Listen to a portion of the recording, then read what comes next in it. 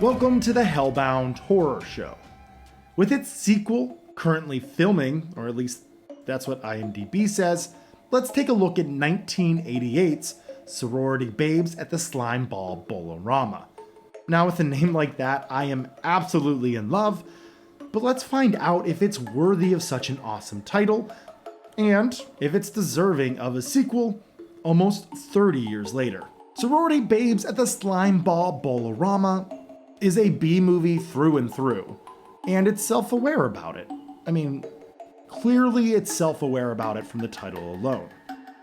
You have your stereotypical nerds watching horror movies, drinking beer, and looking at porno mags.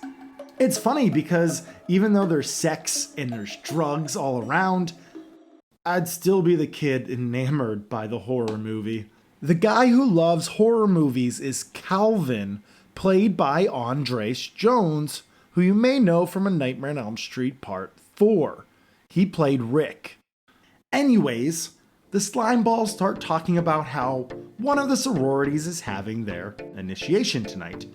The leader of the sorority, Babs, is a bit of a dominatrix and likes to torture the new girls. And when I say torture, I mean paddle their butts. So the boys decide to go and spy on the initiation. There's a pretty over-the-top gag about how Calvin, the horror nerd, had one beer and now he gets so wasted from that single beer that he constantly throws up for the rest of the film. It's hilarious. The boys get to the sorority house and watch the new girls get spanked. They complain that they don't have a great view, which is a total lie, but they decide to sneak inside anyways. Once inside, the boys spy on the girls, but end up getting caught. Babs is intimidating and forces the new pledges and the boys to go to the bowling alley to steal a trophy. Babs' father is the owner of the mall in which the bowling alley is located, so she and her sisters sneak in to try to scare them all. Once inside the bowling alley, Calvin meets Spider trying to rob the place. Spider is played by Linnea Quigley. If you don't know, Linnea Quigley is one of the best cult scream queens of all time. She has over 160 acting credits to her name, most of which are horror films. She was Trash, the character, in Return of the Living Dead. And she was also in another cult classic from 1988, Night of the Demons, playing Suzanne. Speaking of Night of the Demons, Jimmy, who is played by Hal Havins, was also in Night of the Demons. He played Stooge. It's strange that two main actors from Night of the Demons played in this movie as well.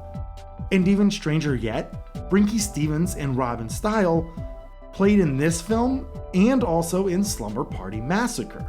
There's just an all-star cast of cult actors here. And if you want to know more about the Slumber Party Massacre, I did a review on it last year, so check it out. And if you want to know more about Night of the Demons, let's just say that there might be a review coming at the end of October, so don't miss it. The group steals the biggest bowling trophy they can find. And as they try to leave, they drop the trophy, releasing a dangerous imp.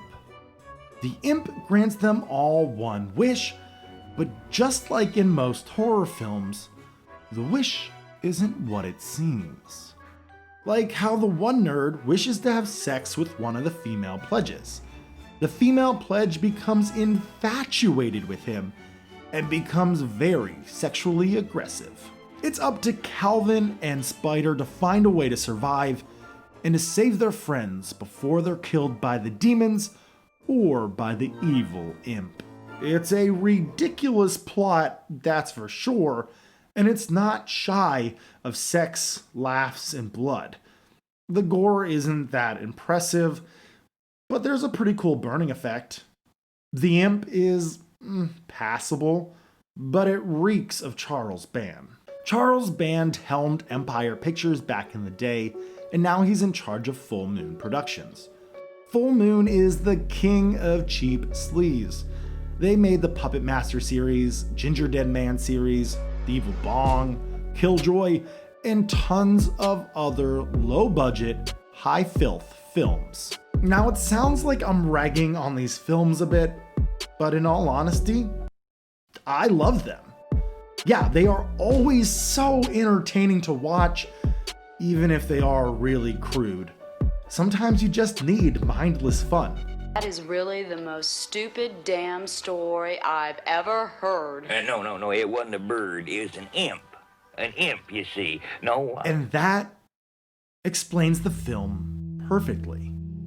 It's mindless fun. So sit back and enjoy the over-the-top tropes, the crude humor, the ridiculous plot, and the campiness of the entire film. It's a popcorn flick with not a lot going for it.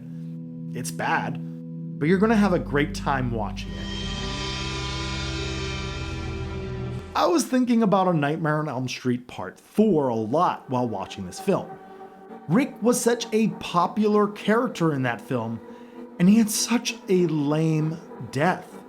Invisible Freddy? That was so dumb. I would like to think that sorority babes at the Slimeball Bowl-O-Rama is Rick's actual nightmare. He's a nerd in it, which he's not in the film. Weird things start to happen to him that he can't control. It sounds like a nightmare to me. It's a fun thought. Rick, you little meatball. Dream on, Toad. If you made it this far in the video, thank you so much for watching. I have a couple more videos planned for October, so stay tuned. And, as always, stay healthy, stay safe, and take care.